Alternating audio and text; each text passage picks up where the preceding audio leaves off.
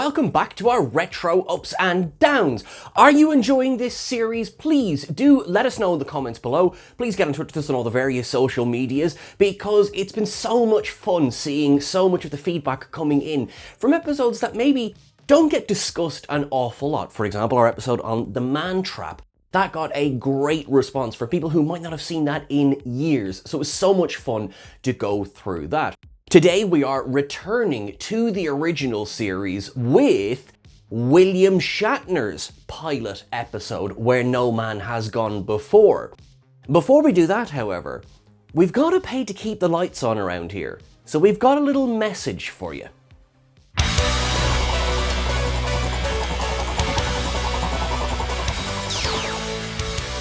Hi, I'm Duncan Relic, no relation, and I collect relics from before the burn.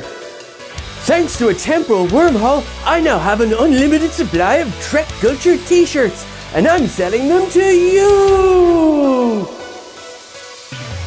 You could be wearing this stylish down and up t-shirt. Or, how about this fish watching design? Bright yellow on black, the colors I'd use in thumbnails, I tell you that for nothing. I plan to take these designs and transfer them via quantum duplication onto hats, mugs, and posters. So look out for those. Ah! Treat this unlimited supply as a limited time deal. Get your t-shirt quick. Who's your daddy?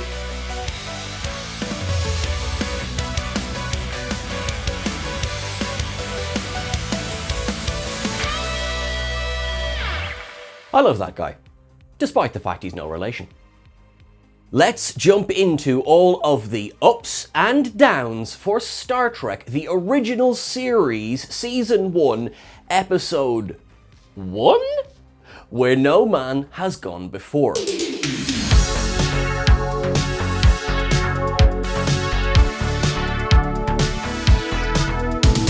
Just right off the bat, yes, this is the second pilot episode of Star Trek, following on from The Cage, which we will cover in a later video. This was, of course, not the first episode that was aired, asterisk, because The Man Trap had been aired in Canada and then later in the United States first, primarily because it was ready first. But the funny thing is that visually, there's quite a lot of differences between that episode and this one.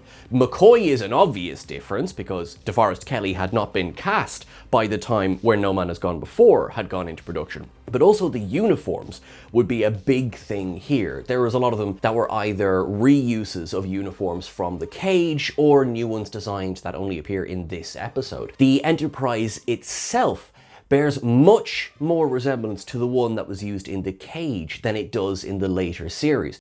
Now, for the purposes of this review, we will be using the remastered version of Where No Man Has Gone Before. But fear not, the unremastered versions are still out there, they are still available, and if you, for example, own the Blu-ray editions, you can elect to watch the episodes in either form. So whichever is your favorite, you can go through it that way. The episode starts off with the Enterprise getting a signal from a ship that had been lost for over 200 years. It's out toward the galactic barrier, which is where the bulk of this episode, maybe we'll say 50% of this episode takes place around the galactic barrier. Because you remember back in the day when galactic distances meant absolutely nothing. In Kirk, so Captain Kirk is introduced in this episode. Again, depending on how you watch them in order. I'm going to be speaking about this episode as if it is the first episode, just for clarity's sake going forward. William Shatner's Captain Kirk is introduced in this episode, giving his captain's log, wondering what this mining ship from 2 centuries ago meant to do. Did they mean to go beyond the galactic barrier as the Enterprise itself means to do? So straight away we get our mystery, which is what's this probe about, and also our mission. The Enterprise is tasked with going out beyond the galactic barrier. Straight away we've got action in the beginning, which sets the pace Here's a big difference, and again, I'll go into this a little bit more when I'm talking about the cage, but the big difference between Where No Man Has Gone Before and the cage is the pacing. Now, you must still bear in mind that it was 1966 when this was airing. Oh yes, sorry, I said the asterisk. When the original series was shown on BBC for the first time in 1969, they did begin with Where No Man Has Gone Before. So, technically, it was the first episode shown, depending geographically on where you were and in what year. Anyway, one of the big things, as I say, is the pacing. Now, it's still a 50-minute episode, which is longer than your average, say, Next Generation episode. Things have gotten longer again as we've got into streaming. What's interesting for that, for me, sitting here in 2025, is remember, this would have been aired with commercial breaks in between as well. So already would have hit the full hour. It's just an interesting way. Television is done quite differently these days than it is back then. Back then it was structured sort of like a play, if you like, a 4-act play. Whereas today, while a lot of television does still adhere to that format, it's not confined to it the way it once was. Returning to Star Trek from the cage is, of course, Leonard Nimoy's Mr. Spock, swapping out his blue tunic from the cage, and the one he would return to, for a gold, unique tunic in this episode. I'll discuss the uniforms themselves altogether. They're playing 3D chess, making its first appearance right here, opening scene of this episode, 3D chess. Kirk says to Spock, after Spock says, "I'll have you checkmate in your next move," Kirk says, "You play an irritating game of chess, Mr. Spock." Spock goes, "Irritating? Ah yes, one of your Earth emotions." I'm gonna come through straight away with an up. William Shatner and Leonard Nimoy, from the jump, I believed them as friends. I believed that Kirk and Spock knew each other well. In terms of continuity now, with things like Strange New Worlds and Discovery, you know, yeah, I can understand this episode feeling a bit different or feeling a bit out of place almost, when you see things like The Salato Ate Its Tail or New Life and New Civilizations. I think the fairest thing that I can say about Strange New Worlds versus the original series is that things have changed. Strange New Worlds itself posited the idea of Romulan temporal agents moving back through time to change timelines a little bit. And because, quite frankly, Where No Man Has Gone Before does not match up with the events of Strange New Worlds. I don't see that as a bad thing. You know, the Kelvin movies don't. They're just a bit more open about the fact of, no, it's a totally different timeline. Because when, this is my long roundabout point, when Spock says, "Ah yes, one of your Earth emotions," the Spock that we've seen through the lens of Ethan Peck is very aware of things like irritation and Earth emotions. Also, when Spock goes on to say, "One of my ancestors married a human woman," yeah, it was his mum. Now, in fairness, he doesn't specify which ancestor, so that's absolutely fine. But, you know, they were still, funnily enough, they were figuring it out in the original series. Here, he could be in some way human. It's only really established that he's half human as the show goes on. And Kirk gets in something that, out of context, is horrifically racist. But in the context of seeing the two of them as friends, when he says, "It must be awful to have dirty, tainted blood," it's like, all right, bad blood like that, he says. Up, not for the racism of it all, but because it's something friends would banter with. I mean, if people saw the way me and my friends speak to each other, they'd be like, "You don't like each other at all, do you?" We do, we just express it horrifically. Mr. Kelso calls down to say that they have found the thing that was sending out the message. And Kelso's brilliant, and thankfully he was one of the absolute pillars of the original series. He was in so many episodes. Anyway, so we go to the transporter room where we meet Taken Up. Jimmy Doohan is there in this episode wearing tan brown, but he is Scotty and he's here operating the transporter. Funnily enough, if you look closely at that transporter console, you will see that it's the navigation console from the bridge, and they were being very savvy with how they were using their money and their sets, and they just moved it there, which is why, if you look closely, it doesn't have the 3 levers. to beam people. As they beam aboard what turns out to be the SS Valiant's disaster beacon, we get a moment that's so clearly recorded in voiceover afterwards. It's funny when you kind of, you can just hear the audio quality difference. And I gotta be honest, Kirk, I'm gonna down, has a little bit of an overreaction here. I mean, the Valiant's disaster beacon, it transmits and he immediately orders red alert and the whole ship to go to battle stations, basically. And you're like, oh, red alert? Really? Because then we move into our opening credits and it's like, all right, yeah, steady on, Kirk.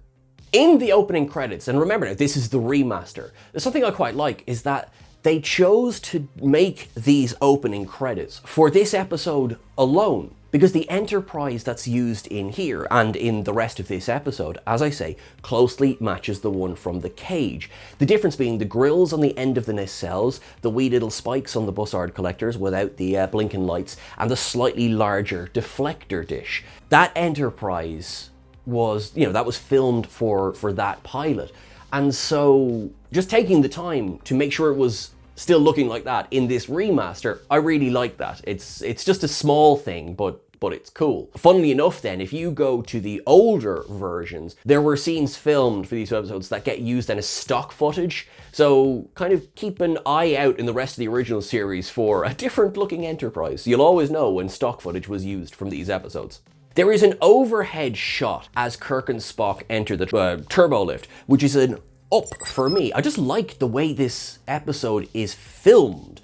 It's quite dynamic and it gives a sense of scale to the Enterprise as well. Gary Mitchell, played by Gary Lockwood, enters this turbo lift, and again, there's a sense of ease, a sense of camaraderie between himself and Kirk and even Spock. I say even because as the episode goes on, Spock is quite cold in his actions. But again, I do believe that these three officers have been serving together. The ease that Mitchell brings to this scene is an up from me. I think Gary Lockwood absolutely smashes it in this episode. It is one of the great regrets that it took almost 60 years for Gary Lockwood to return to Star Trek in Otoy's 765874 Unification short film. Spock still has his much more analog, ear-yokey, blinger speaker, Sean. That, because obviously we'll move to the one that we're so used to seeing Uhura use in the rest of the original series, but here it's still on a wire. And he talks about approaching the galaxy's edge, and I'm sorry, but down. It's the same down I gave in the animated series episode. It's just, how big is the galaxy? And I know, to be fair, you might be like, Sean, you gotta judge this from 1966's point of view, and I do have to judge this from 1966's point of view, but the galaxy's very, very, very, very big. And the fact that the Enterprise just keeps nipping to the galaxy's edge and back, whatever about after by any other name, because then you can argue the Kelvins changed the nacelles. Here it's a bit like, that's a fast ship. I like what Kirk says, address intercraft. It's something that doesn't get used very often in the original series. I like the fact that Mitchell basically switches on the intercom by just doing that. He just sort of does this on the console. So maybe Mitchell always had powers and we were being teased here because of it. Kirk says that, they're going to go through the barrier and find out what happened to the Valiant.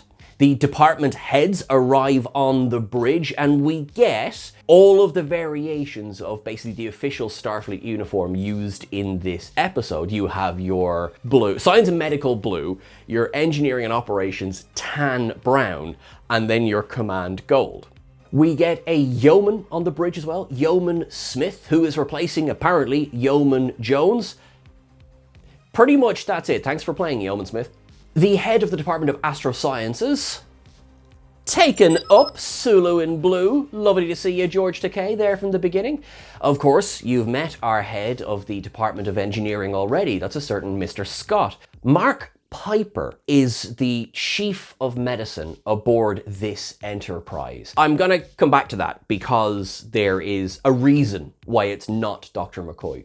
We're also introduced to Dr. Elizabeth Daner, who we are told joined the Enterprise recently at the Aldebaran colony, and she is there to commit a psychological study on the crew under pressure. For all of the praise that I am going to heap on Gary Mitchell in this episode, I am also going to say, down, the sexism of the 60s is alive and well in particularly Gary Mitchell in this episode. Now, Kelso, I'm looking at you, you're not exactly innocent of this either. As Dana effectively introduces herself to Mitchell, as she's walking away, Mitchell calls her a walking freezer unit behind her back. I do feel that this might be a nod to another character as well, but it's such an unprofessional starship, this same bridge that would go on to be the place where Kirk famously says to Styles, leave your bigotry in your quarters, there's no place for it on the bridge. It is a throwback to an earlier version of the Enterprise as well. Stick around for citation observations, folks, because there's a lot of fascinating stories behind this episode. Spock is listening to the recordings from the Valiant's buoy that was left behind. Shout out as well to Comm Officer Alden, played by Lloyd Haynes, who was cast in this episode as the Comm Officer and would apparently go through some sort of change for the next episode. He was the Comm Officer in this episode, but sadly when the original series was picked up for series, he was dropped. Now I'm delighted because we got Nichelle Nichols, but hi Alden. This is a version of Spock that we're much more used to. It is much closer to, I think, the archetypal version Leonard Nimoy would mold as Spock as the original series went on. He's listening through the tapes. He says he can hear the captain frantically asking for anyone with knowledge of ESP. Dana, the psychiatrist, is asked, what's your ESP rating? And she answers, mistaking the question, saying, oh, I rated quite highly with ESPA. There's a lot of ESPA in this. Kirk says, no, I meant, like, what do you know of it? What is it? And she gives him a quick rundown of, well, it's extrasensory perception. It's well established that some humans have the ability to see a little bit of the future. They can read playing cards just by looking at the back of it. Things like that. Spock sort of cuts through this by saying he now hears 7 crewmen dead. No, make that 6. This whole sequence actually up, by the way, because the way that it's handled, it's like a radio play. Spock is our viewpoint character, and he is narrating this horror that we don't see. But when he, for example, says, I must be mishearing this, it's the captain giving the command to destroy their own ship. That's chilling, both in Nimoy's delivery and also the idea of it. I think about things like the War of the Worlds radio drama, the famous one by Orson Welles that so many people thought was real when it was broadcasting. And you can see shades of that here in this episode. Kirk, rather than turning the ship around, orders them to continue, but crucially says, we must go forward and see if we can warn the rest of the galaxy what's out there. Up, because I think perhaps they're making a bad decision, but for the right reasons.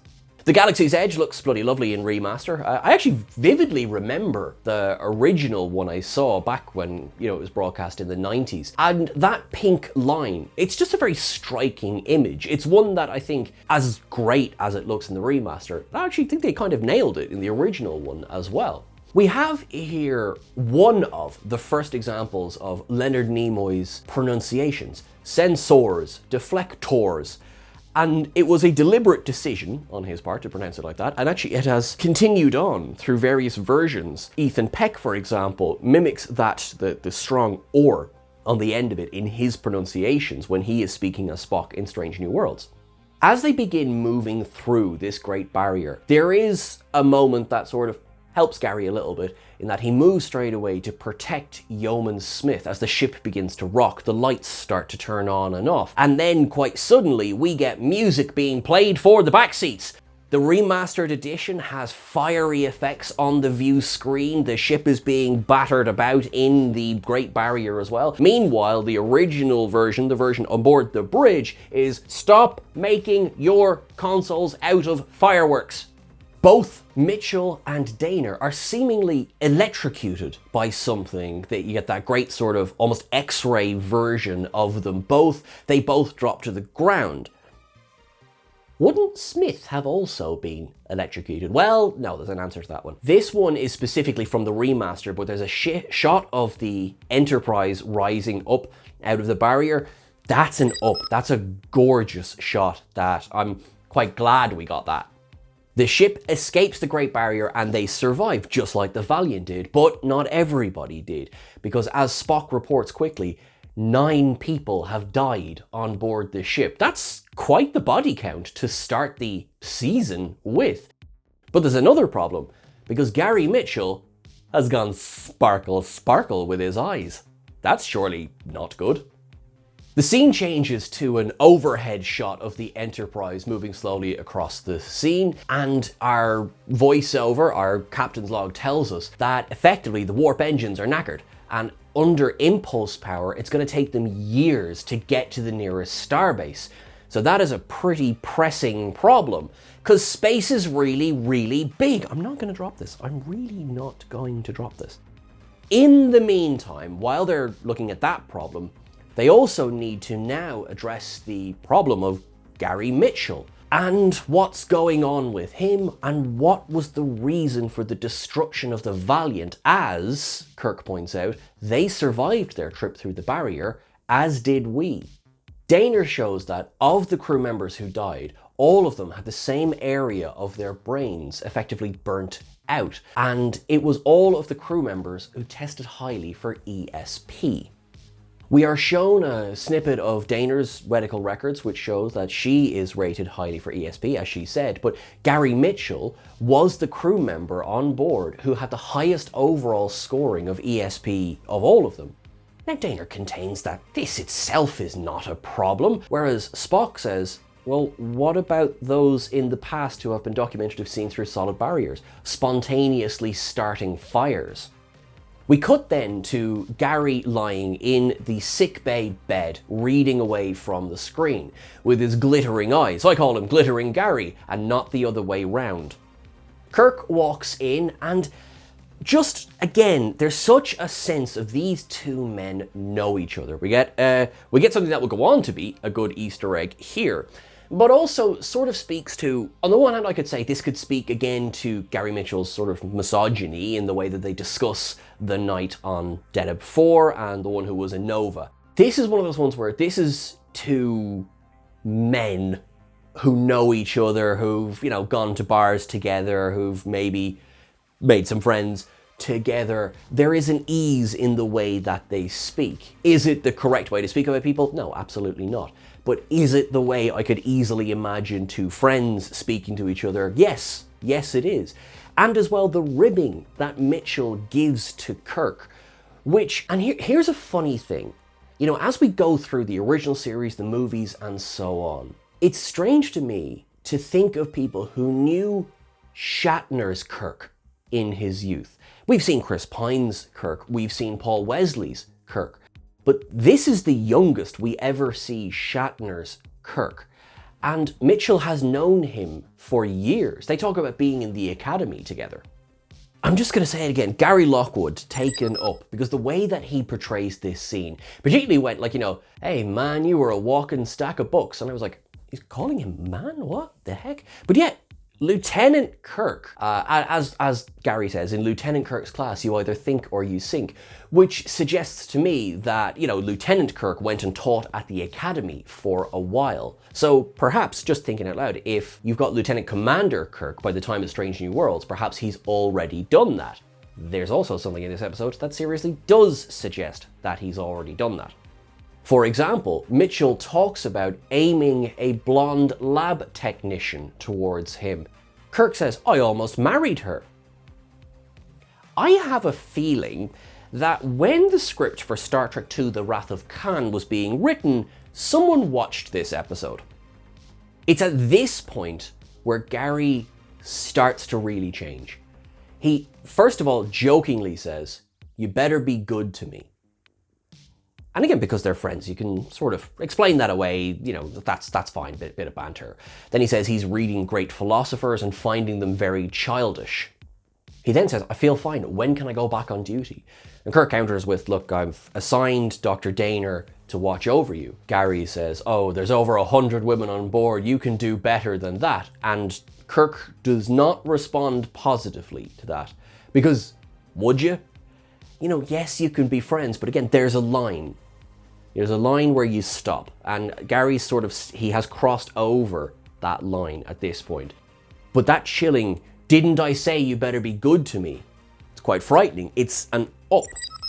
I'm starting to quite dislike Gary Mitchell as a character, but because he was so good in the beginning, I'm already starting to see the dilemma that Kirk is in. From the bridge, Spock is monitoring Mitchell. Mitchell is now speed reading through all these books. Anyway, yeah, you're not special. I can speed read too. You're not that special. But what he does do is turns to look at the monitoring camera, and just the most creepy moment. I'm not convinced this isn't a horror episode as much as it's sci-fi. We get a little shot of Piper commenting on just how well Gary Mitchell has responded after his treatment. He says normally someone has at least something wrong, but anyway, and Piper walks out. Daner is then there, and Mitchell does apologize for the walking freezer unit comment. And she holds him to it, so up for this bit, but down for the next bit. It's very 1960s, where she then seems to go, "Oh, well, you know, women in positions of power, you know, we sort of have to over-exaggerate things." It's like they're letting Gary off the hook a little bit in this scene, so that to me was just, oh, that's not aged well. He shows off his new skills by controlling his vital signs. He sends everything up to top and then brings it down, and then brings it all the way down to a death-like status. In fact, Daner says, "You were dead for 20 seconds, and he eventually goes, "Yeah, I got better though." Because he now has this control over himself. He said he's read half the ship's library in a day, and reveals that he can remember it all as well. Daner then tests him. She chooses a book at random and says, "What's on page 387? And he says, "My love has wings, slender feathered things, with grace in upswept curve and tapered tip." Listen, Samuel A. Peoples, who wrote the script for this episode, I can understand if you were trying to get some job security, but that's a bit flattering, isn't it? Because you see, that poem was written by Gene Roddenberry about his plane in World War II. But hey, I mean, if you want to call it the most passionate thing ever written, I'll give it to you.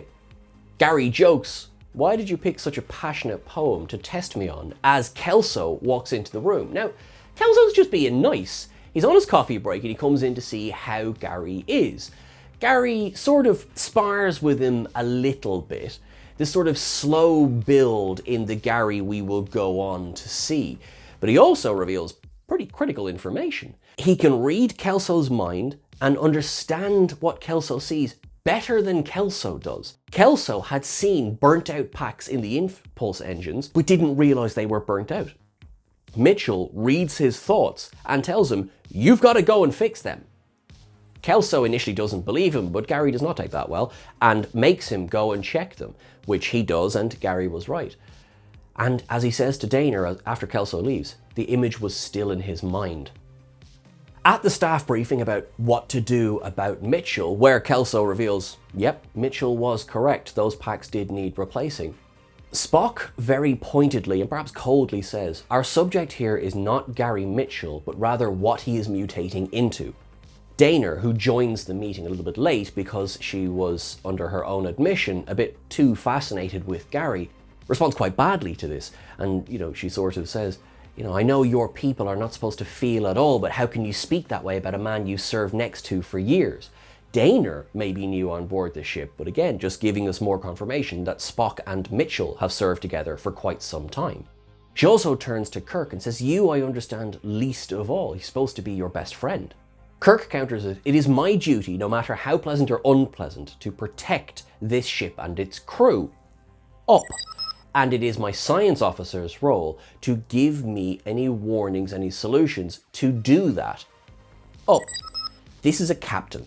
This is, again, if you think about it, this is baby William Shatner, but this is a captain. He is ready to put the well-being of the many ahead of the few, no matter what the personal relationship." I'm about to commit sacrilege, and so I apologize. James Doohan settled into the accent. This one's a down. Ah, now, Scotty, that was a rough Scottish accent in that scene, as he's giving his update. He reports that he'd seen machines and settings change all on their own on the bridge. Kirk asks if Daner has noticed anything about Mitchell as well, and she says she did, but chose to withhold that. That's going to end well. Sulu explains the nature of Gary's mutation, which is, imagine his powers are expanding exponentially. Imagine you had a penny and then you doubled it and then you doubled that double. Within a month, you'd be a millionaire. Also, a not infrequent, but also not massively usual mention of money in this era of Star Trek. It is actually mentioned more times than I think I remembered how often it's mentioned. Yeah, for a future that doesn't have money, they do talk about it an awful lot. Kirk sends them all out of the room, but Spock holds on for a minute, and he calls it what it is. Mitchell is going to outgrow us, and we are going to annoy him. You've only got one option. Kill him before he kills the rest of us. It's cold, but as he says to Kirk, you'll never reach an Earth base with him aboard. Oh, so much of this episode, as I say, is the template for the Spock that we would see in years to come. Leonard Nimoy's brilliant in this episode. He does, however, have another recommendation, which is the planet Delta Vega, where there is a lithium breaking facility. There is no one else on the planet. He could be marooned there. Kirk understandably says, will you try just for a moment to feel this is Mitchell we're talking about here? Spock counters with, the captain of the Valiant probably felt the same way until it was too late. Oh. Can't argue with that logic. Kirk, seeing this, orders a course be set to Delta Vega.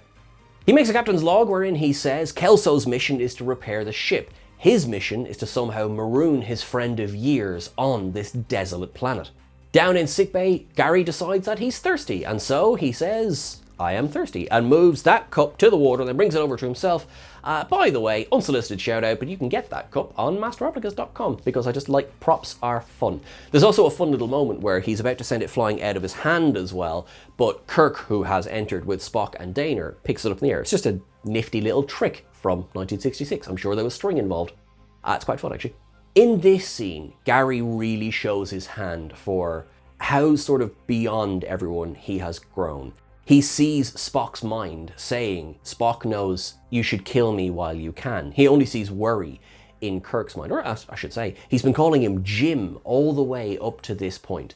He's Jim, it's Jim and Gary, Jim and Gary.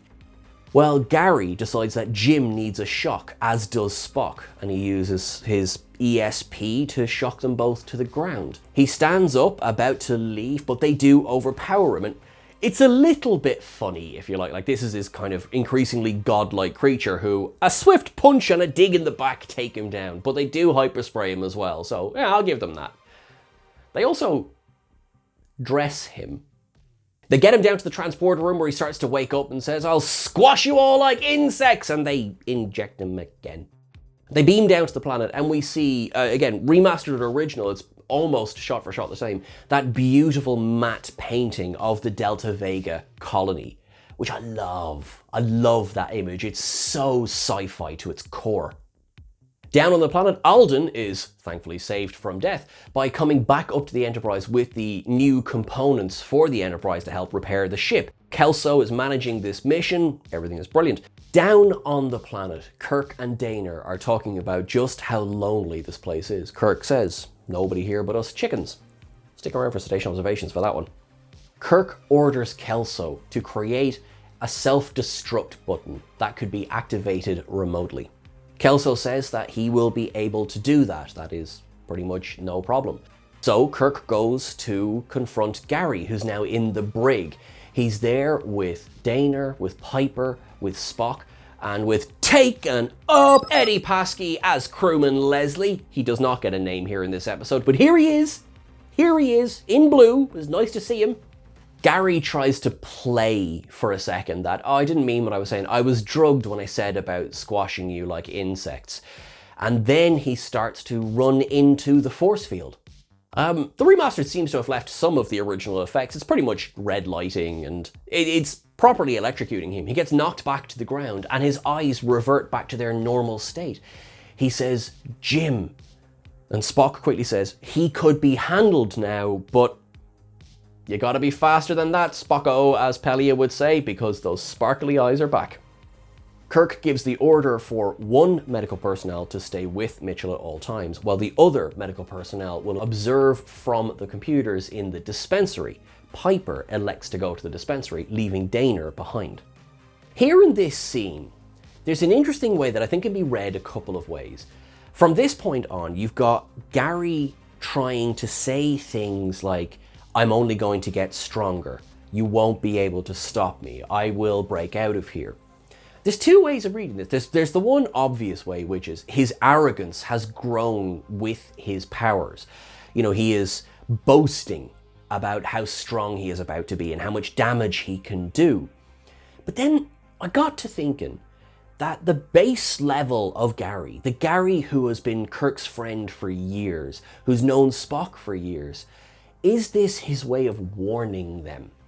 By saying, you won't be able, future tense, to kill me, I will grow too strong, is that also his way of saying, do it now, kill me now?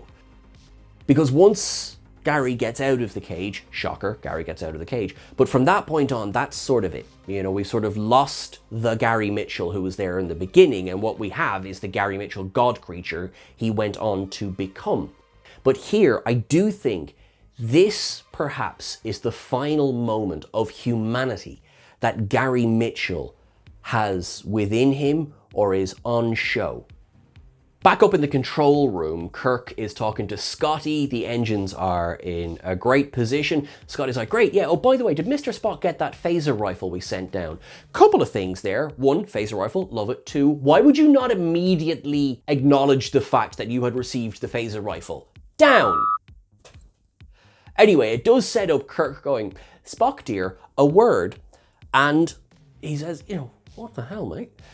Spock says, by my calculations, we will be lucky to get repairs done and get out of here before it's too late. So this phaser rifle is very much for insurance. He also recommends that Daner be kept away from him for the very reason that she feels I don't. And at least in this context, yeah, I'm with Spock on this one.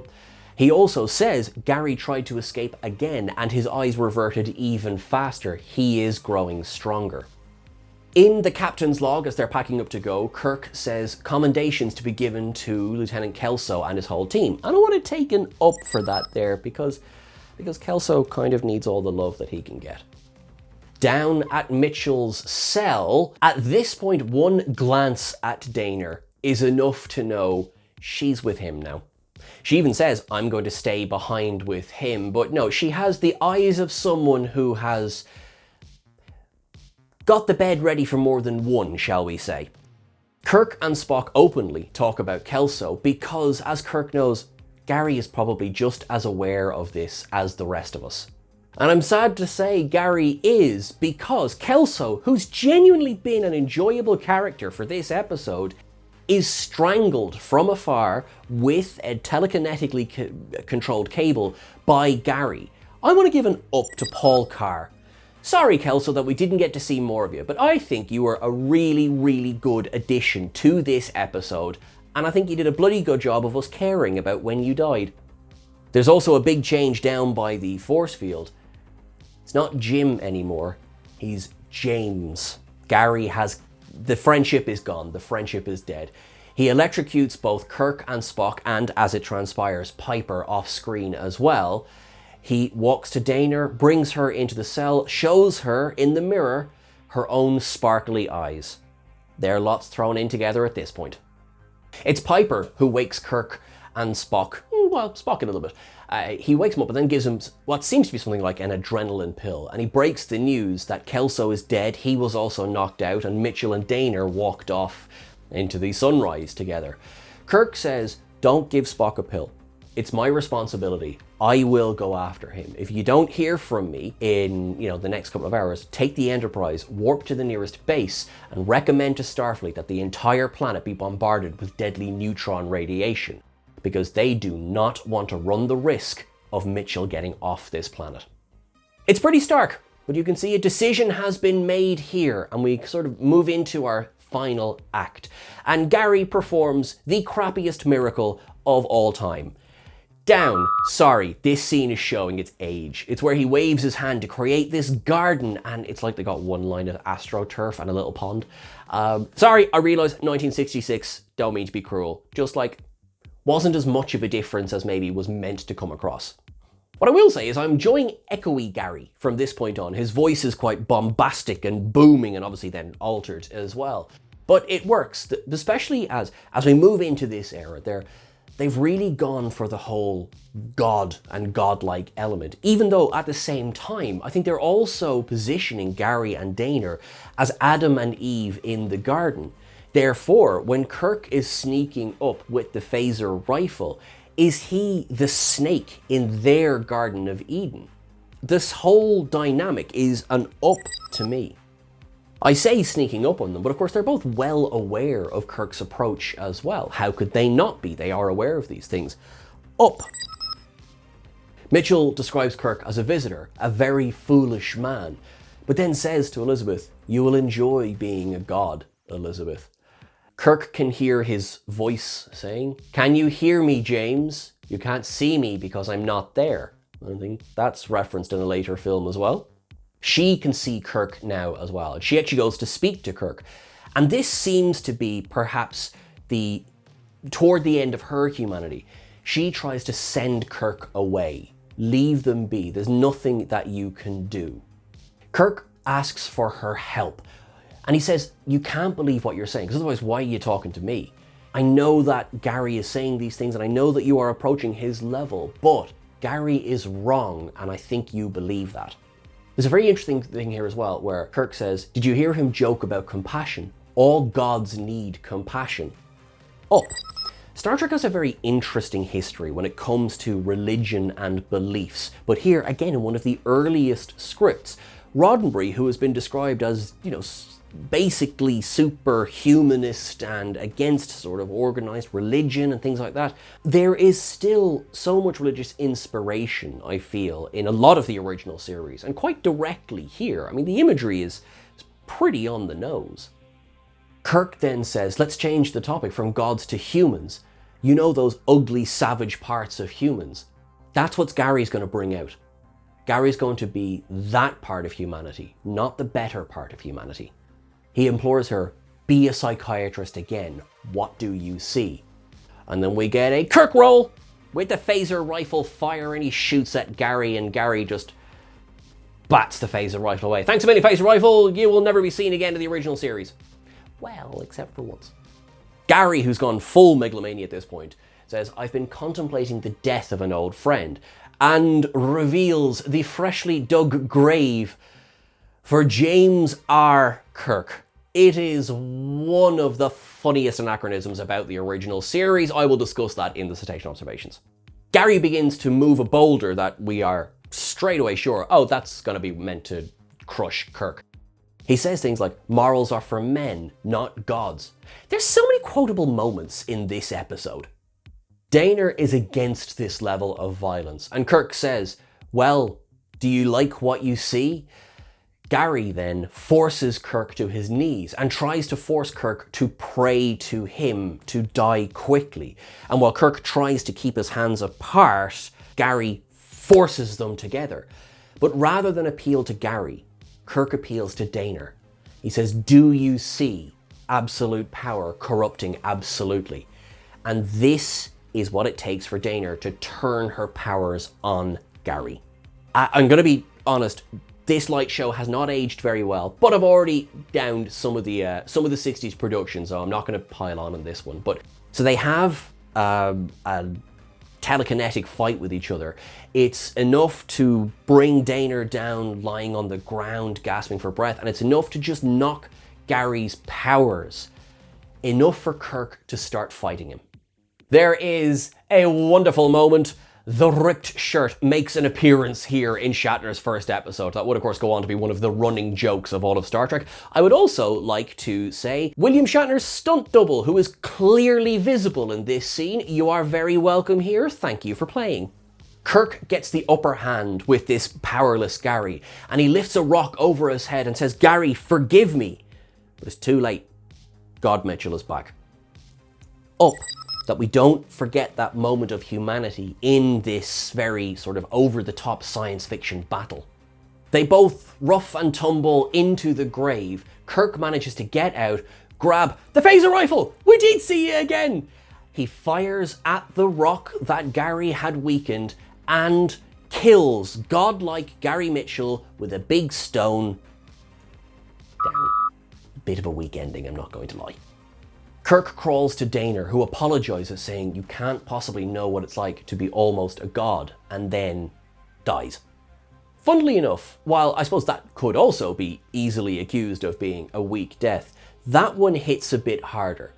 You could say that her powers were not strong, so she was killed by Gary, but she retained her humanity the longest. For Daner's journey, which is not as much of a focus as Gary's is, I think Sally Kellerman, absolute up from me. I think she does fantastic in this episode. The theme of the episode, how power is used, how it's managed, and how it's abused, this theme is an up from me. It was a heck of a way to start Star Trek, depending on, as I say, depending on the order of things, but treating this as the pilot. What a way to start Star Trek. What a message to start your show with. You get your action adventure, you get your sci-fi, you get your moral, your morality play. You get it all within 50 minutes. To me, my Latinum up of the week is how the theme is explored, delivered, and handled overall. Kirk then communicates with the Enterprise to get him the hell up off that planet, because remember, they're going to warp away and bomb the place with neutron radiation if he doesn't get back to them. But he does. He's up in the captain's chair with his hand all bandaged up, and he makes a record to say Daner and Mitchell are both to be added to the ship's casualty list as killed in action, because as Kirk says, he didn't ask for what happened to him. Spock says, I felt for him too. To which Kirk goes, I believe there's some help for you after all, Mr. Spock. Up. Just before we go into the sedation observations, the closing credits on the version I watched anyway are the unremastered version of the closing credits from the Where No Man Has Gone Before. So it's funny because there's clips of The Cage, Where No Man Has Gone Before, and The Naked Time are all in there as well, and I just thought that was fun. Now, would you join me please at temporal observations?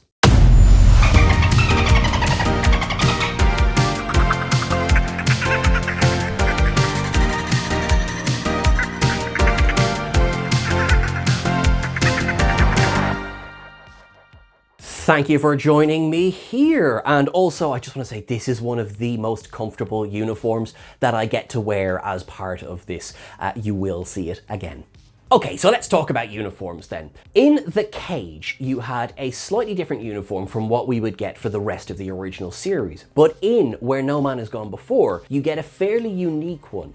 And that's a little bit different from this because you have a zipper on the side for a lot of them, which you do see in The Cage. But for Spock, for Leonard Nimoy, his had a zipper on both sides. And there was a very practical reason for that. When Bill Tice was creating his uniform, he had to bear in mind the makeup for Leonard Nimoy playing the Vulcan Mr. Spock, and how much they couldn't just keep rubbing it off or damaging it every time he had to change for any reason. So he had two zippers to make it easier to get in and out of uniform. For the rest of the uniforms, you will see that yes, there's gold, there is a tan kind of brown, and there is blue. For the most part, they follow, basically tan brown is swapped out with red, effectively for the rest of the series. Another thing to really pay attention to is that the science emblem and the engineering emblem are swapped in this episode. For want of a better word, the circular one, which is science's, that Spock should be wearing, and the sort of base clef looking one that Scotty should be wearing, they're inverted. 3D chess is one of the oldest pieces of, well, I mean, it's literally here in the first scene of this episode, and just keeps being brought back again and again and again. It is available as a working game. You can play it in real life as well. Spock's reference to one of his ancestors, as the original series would go on, of course, we would learn that one of his ancestors was his dad. So Sarek married Amanda. It's funny here because it's presented as though it's a much more distant connection than it actually ends up being. And I think it's to play into his alien self. As we see him in the cage, he's much less alien. They were obviously trying to dial it up a little bit here. I mentioned, of course, that they used the version of the Enterprise from the cage here in this episode, but also there's an interesting story about why this was the second pilot. The cage was not picked up by the studio, but the premise of Star Trek was enough to commission a second pilot. So a couple of scripts were written. One was this one was Mudd's Women, and the other one was The Omega Glory. So of the three of them, Where No Man Has Gone Before was the most appealing for a couple of reasons. God bless The Omega Glory, it's not a great episode, and it's not a great script. It's not awful, but I wouldn't make it my pilot, even though it had what Roddenberry wanted to show off, his idea of parallel world development. Hodgkin's law of parallel development, I believe is the name of it. So it did have that going for it, but the script itself wasn't very strong. Mudd's Women introduced, well, Harry Mudd, who was a pimp selling women. Not really what NBC wanted to really show off this new show. Where No Man Has Gone Before had sci-fi, action, adventure, it had heart, it had a little bit of horror in it. It sort of had it all. So it was chosen to be this new pilot, and they absolutely made the right choice. Gary Lockwood and Sally Kellerman would both have really interestingly different careers. So Gary Lockwood is one of the two astronauts from 2001: A Space Odyssey. It was a fairly influential sci-fi film, but I remember watching it for the first time going, hold on, I know him. And Sally Kellerman, taking things in a different direction, originated the role of Hot Lips Houlihan in MASH, the original movie. I mentioned that I thought the walking freezer unit might have been a reference to another character. I think it's a reference to Number One, as played by Majel Barrett in The Cage. Her character description was very cold. It was meant to be, in a way, sort of the blueprint for what Data would become. Not very emotional, not very stereotypically female at that time. And I think that played into the sort of dig against Daner in this episode. And it does come off bad, but perhaps it was meant to. Fun fact, when Spock says 9 are dead, then we include Kelso later on, and Gary Mitchell, and Elizabeth Daner. That's 12 dead in the one episode, making this, I believe, the highest body count in any episode of the original series. Congratulations? Kirk talks to Gary about their night on Deneb 4. Well, another pilot would spend some time on Deneb 4, because it's where the Bandai built, I say built, but it's where Farpoint Station was located in Encounter at Farpoint. Gary talks about aiming that little blonde lab technician towards you. That has got to be Carol Marcus, especially with Kirk saying, I nearly married her. Now, in The Wrath of Khan, that's adapted a little bit when Carol says to him, were we together? Were we going to be? But obviously they were together long enough to conceive David, and enough for Carol to say, stay away. This is mentioned as well, much more recently, in Strange New Worlds, when Paul Wesley's Kirk tells La'an that he is with Carol, Carol is pregnant. I feel that this must be where they were building from in The Wrath of Khan. I was happily surprised with this inclusion. When Daner confronts Spock about how he is speaking about Gary, despite the fact that they've been serving together for years, although that itself wasn't a neg at the time, I think that's something that they've ran with since then. If this purported Star Trek Year One show ever does happen, I think an essential inclusion is going to have to be Gary Mitchell. As well as perhaps anyone else. This character must be included in Year One for that sentence to make any sense whatsoever. I mentioned already about Sulu talking about money. There is another, there's several inclusions of it. There's another time where Kirk says to Chekhov, you've earned your wages this week. I think a lot of it is just turn of phrase. You know, there's things that we say today that originated 100 or more years ago. Hang on, how much of the English language came from Shakespeare? You know what I mean? I think there are just sometimes phrases that will just stick through. When they go to the planet of Delta Vega, that is the planet that would be visited in the Kelvin universe in that first Star Trek movie. That's where Kirk is marooned in a slightly ironic twist. Kirk marooned Mitchell there, Spock marooned Kirk there. When they come to get Mitchell, Spock is wearing a variation of the laser pistol that was introduced in The Cage. We would see it again in the Man Trap. The surface of Delta Vega is seen much later in Star Trek Deep Space Nine. It is the cover of the magazine that Benny Russell is holding in Far Beyond the Stars. There's a funny phrase, "nobody but us chickens, doctor." And again, it sort of ties back into my previous point about how phrases just stick through time. There was a song written by Alex Kramer and Joan Whitney that was made famous when it was recorded by Louis Jordan and his Timpani 5 in 1946 that used the phrase. But even then, it predates that.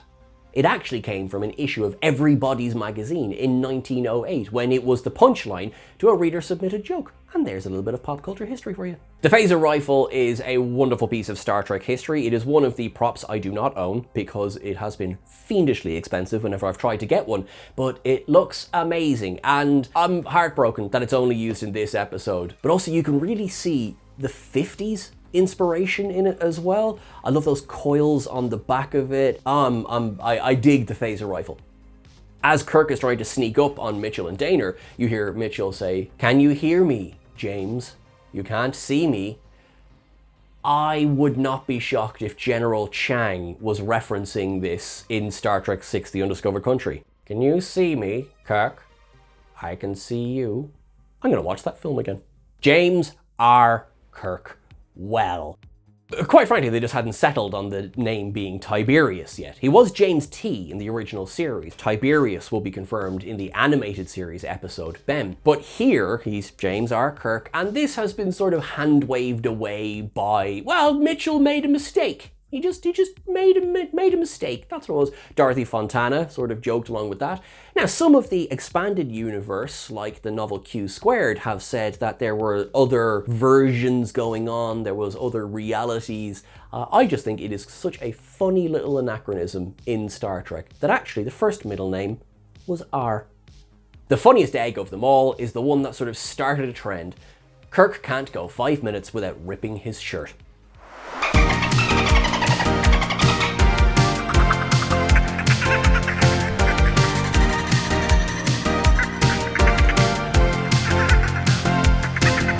And that is everything for our episode this week, folks. Thank you so much, and I really hope you enjoyed going through this one as well. This episode is a lot of fun. There's a lot of deep thoughts in here. There's a lot going on. So thank you so much for joining us. Thank you so much, Eddie, once again, for editing this. You are a legend. Folks, please make sure you're following us on the various socials. We're at TrekCulture, at TrekCulture YT. Make sure to check out, we have so much new merchandise available. You can check that out via the link below this video. Do that. It's actually really cool, if I do say so myself. Make sure you're following our weekly podcast as well as our Cargo Bay 101 videos. We have so much going on at the moment. It is bizarre. And I hope you enjoy it all. You can follow me on the various socials at Sean Ferrick as well. If you are feeling generous and kind, I do have a Patreon that you can follow. You can find that on my socials. Thank you so much. Everyone, until I see you again, live long and prosper. Be kind to yourself. Be peaceful.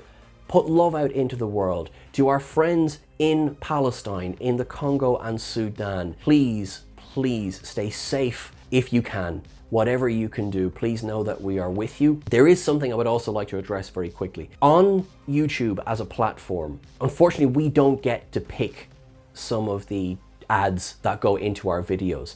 And a couple of ads recently have not been what we here at TrekCulture would like representative of our channel. So I do apologize for that, and I wish there was something we could do about that, but I just wanted to address that. Thank you to the people who have messaged about that as well.